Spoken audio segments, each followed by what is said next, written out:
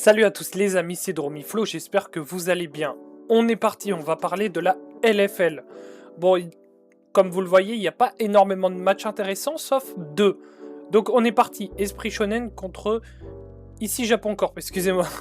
C'est pas très intéressant comme match overall, mais on va le débriefer, de toute façon on va tous les débriefer. Le KCB contre Skill Camp, donc là Skill Camp a enfin un adversaire de taille, et on va pouvoir voir ce que donne l'équipe contre cette équipe KCB. Les TLN Pirates contre les Job Life. Pour moi, les TLN Pirates sont censés gagner, mais c'est là où Job Life va devoir montrer si c'est une équipe de milieu de tableau ou une équipe qui veut commencer à taper le tableau. Et là, on le verra tout de suite contre les Pirates. Et le Galleon Solari. Alors ça, c'est le match-up super intéressant et c'était vraiment le match que je voulais voir. Les deux meilleures équipes de la LFL s'affrontent aujourd'hui. Donc j'ai hâte de vous débriefer ça parce qu'il y a des choses à dire. Et le Zip contre Vitality, c'était le dernier match de ces Zib. Et on va en parler, Zib Esports, nous quitterons. C'était la dernière fois qu'on voyait cette équipe dans cette LFL. Donc, un peu triste pour Zib, mais on en reviendra plus tard, bien évidemment. Allez, c'est parti pour débriefer toutes ces games. Et on va commencer par l'Ici Japon, Esprit Shonen. Et on est parti, on va débriefer la première game. Esprit Shonen contre Ici Japon Corp. Et les Esprits Shonen commencent bien parce que les Ici Japon Corp vont faire une très grosse erreur contre la Tristana de Yen. Yen joue Exhaust sur sa Tristana, c'est normal parce qu'il joue contre Corki. Et donc en fait, qu'est-ce qui va se passer? C'est qu'en fait, Soldier et Whiteen, ils vont essayer de le dive au niveau du bot, il va juste Exhaust. Et en fait, Soldier n'a pas les dégâts parce qu'il s'est fait Exhaust. Donc du coup, ce qui se passe, c'est que Whiteen va mourir et il va choper un kill avec sa Tristana. Après, ce qui s'est passé dans toute la game, c'est que Yen était tout seul dans cette équipe Esprit Shonen, il n'y a pas grand chose à dire. Il prend 3 kills, il finit la game en 3-3, donc c'est fine. Mais en fait, quand tu regardes, Lambessa, donc là je vous parle à 20 minutes, Lambessa, 4000 gold d'avance, Manati, 4000 gold d'avance, Dajor, 4800 gold d'avance, Leona, 1000 gold d'avance, Corki, 2000 gold d'avance. Il y a 15 000 gold d'avance à 22 minutes. Je n'ai jamais vu ça. Je pense que tu mets KCLEC contre Solari, il n'y a pas autant d'écart. C'est pour dire à quel point. 15k gold d'écart à 22 minutes, c'est n'importe quoi. T'as l'impression que c'est une équipe LFL contre une équipe de Nexus Tour, de très haut de panier Nexus Tour. C'est vraiment la différence, c'est abyssal. Je pense que pas mal de joueurs des Esprits Shonen étaient potentiellement tiltés. Donc les Esprits Shonen vont perdre et il faut saluer juste l'effort collectif des joueurs d'ici Japon Corp. Et la draft étant plutôt bonne, elle va dans la même direction. Et moi, j'aime pas trop la draft d'Esprit Shonen, mais c'était leur dernier game. Je comprends qu'ils voulaient jouer ce Zaen, même si je pense que le champion n'est pas aussi fort qu'on le pense. Mais Bad Lulu a quand même été largement meilleur que son vis-à-vis. Tout le monde était meilleur que leur vis-à-vis sur les lanes respectives, potentiellement à des carries où ça s'entend, même si je pense que Soldier a fait aussi une très bonne game. On va passer sur la deuxième game, le KCB contre Skill Camp, et j'ai vraiment hâte de vous le débriefer, donc on va pas perdre de temps, let's go. Donc c'est parti, on va débriefer cette game, et qu'est-ce qu'elle était chiante à regarder. Moi, c'était une game où j'étais plutôt hype, j'étais en mode, est-ce que Skill Camp va pouvoir taper le haut de tableau? Oui. Mais on va quand même débriefer ça, parce que je trouve que KC a perdu d'une manière, moi ça me met en rogne un peu, où KCB vont être en 3-0 en early game, et là, Tao va mourir 1, 2, 3, 4 fois en 7 minutes. Et là, la question, c'est est-ce qu'il a vraiment le niveau LFL? Moi je pense que la réponse est très vite répondue, non. Parce qu'il se fait avoir sur tous les timing roaming support, tous les timing gank.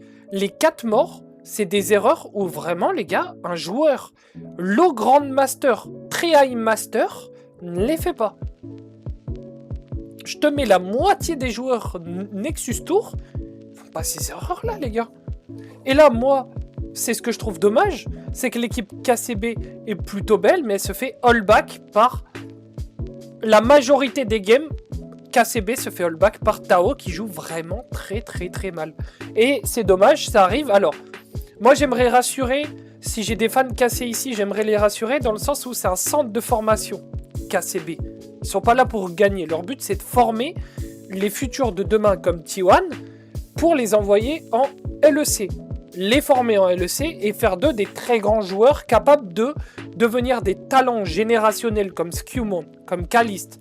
Ouais, comme potentiellement Vladi avant, comme on aurait voulu. Mais ça forme des nouveaux talents. Ça arrive qu'il y ait des joueurs qui sous-performent et qui ne progressent pas. Tu vois, genre, on a mis une pièce sur Tao, ça marche pas. Happens. On a mis une pièce sur Yukino, c'est une bonne pièce. Good, on prend. On a mis une pièce sur Luki, c'est une plutôt bonne pièce. On prend. On peut pas, au bout d'un moment, si on joue à la roulette de qui va être le futur, on va pas avoir un 100%. Ce serait beaucoup trop beau, bien évidemment. Donc, les skill camps, ils vont rattraper le retard qu'ils avaient. Et il faut quand même applaudir un truc. Parce que moi, je trouve que Spooky, on n'en parle vraiment pas assez. Je vois pas trop de posts Twitter ou quoi. Après, ces skill camps, ils sont pas...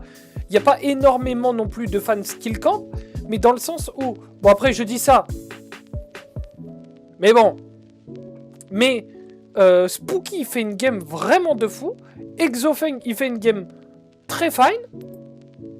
Mais les gars, la game de Spooky, on est à 30 minutes. Il est en 9-3-12. Il a 21 de KP avec son Nocturne. Il match Yukino. Il le match. C'est vraiment, il fait même une meilleure perf que lui. Donc c'est pour dire, Spooky, pas grand chose à dire, bravo. J'espère que le joueur va bien évoluer, mais il faut se dire qu'énormément de joueurs skill camp ont progressé de manière subite. Donc on va dire respect au coaching staff, respect aux joueurs, parce que là la progression est très belle à voir et le collectif s'entend bien. Donc moi Skill Camp, ça commence à devenir une équipe que j'apprécie de plus en plus, et Skill Camp vont gagner cette game avec leur compo, parce qu'ils jouent bien en pique, ils jouent plutôt bien, et avec la Soul Infernale plus leur compo, ils vont dérouiller complètement les KCB et ils vont gagner cette game. On va passer pour le débrief suivant.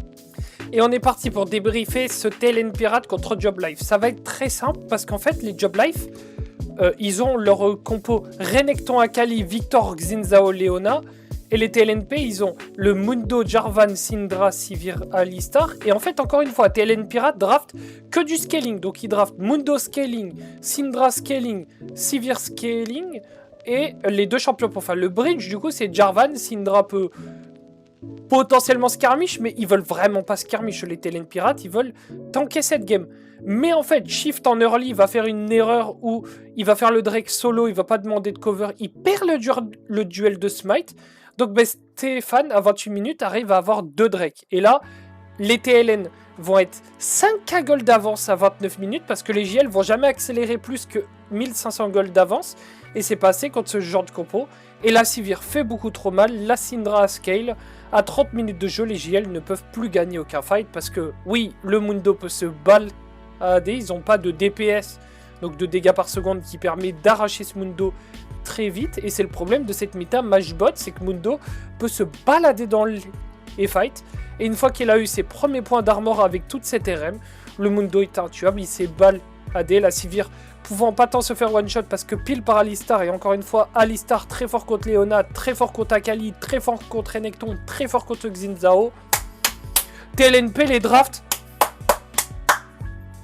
c'est parfait les gars, c'est vraiment les gars, c'est du caviar, c'est bravo Glopo, bravo Joko. Pour moi il y a un draft gap parce que si t'as une compo scaling, tu peux cancel le go-in avec Syndra, cancel avec Alistar, shield de Sivir, tu ne peux pas tuer le Jarvan parce qu'il y a trop de mobilité, tu peux pile avec Jarvan, et le Mundo fait ce qu'il veut, il va où il veut comme dit le champion, et la game est juste beaucoup trop facile. JL avait pas tant d'options que ça, et je pense pas que le niveau individuel des 5 joueurs JL permette d'exécuter très facilement et de manière optimale ce genre de draft, même s'ils peuvent en exploiter un bon 40-50%.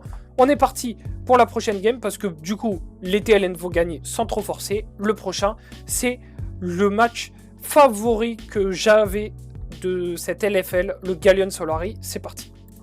Et on est parti pour débriefer cette game. Le Solari contre Galleons. Et c'est pas facile à débriefer parce qu'en fait, les équipes vont se rendre coup pour coup. Je vais pas vous laisser avec ces phrases bateau classiques que tout le monde dit.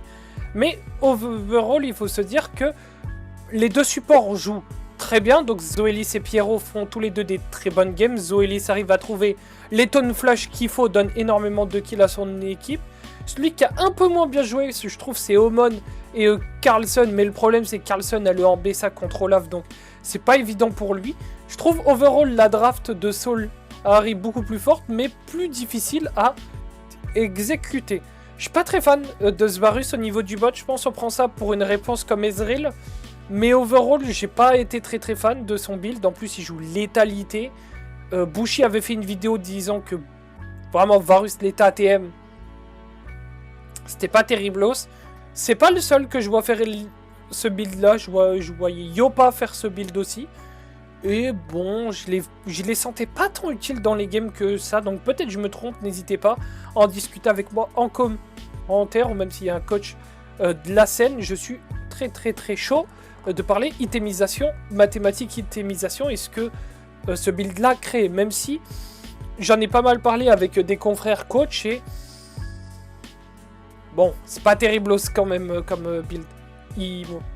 Et en fait, du coup, après, il y a ce fight on Ash où du coup, les Solari vont arracher les Galleons et après fight dans la jungle bot.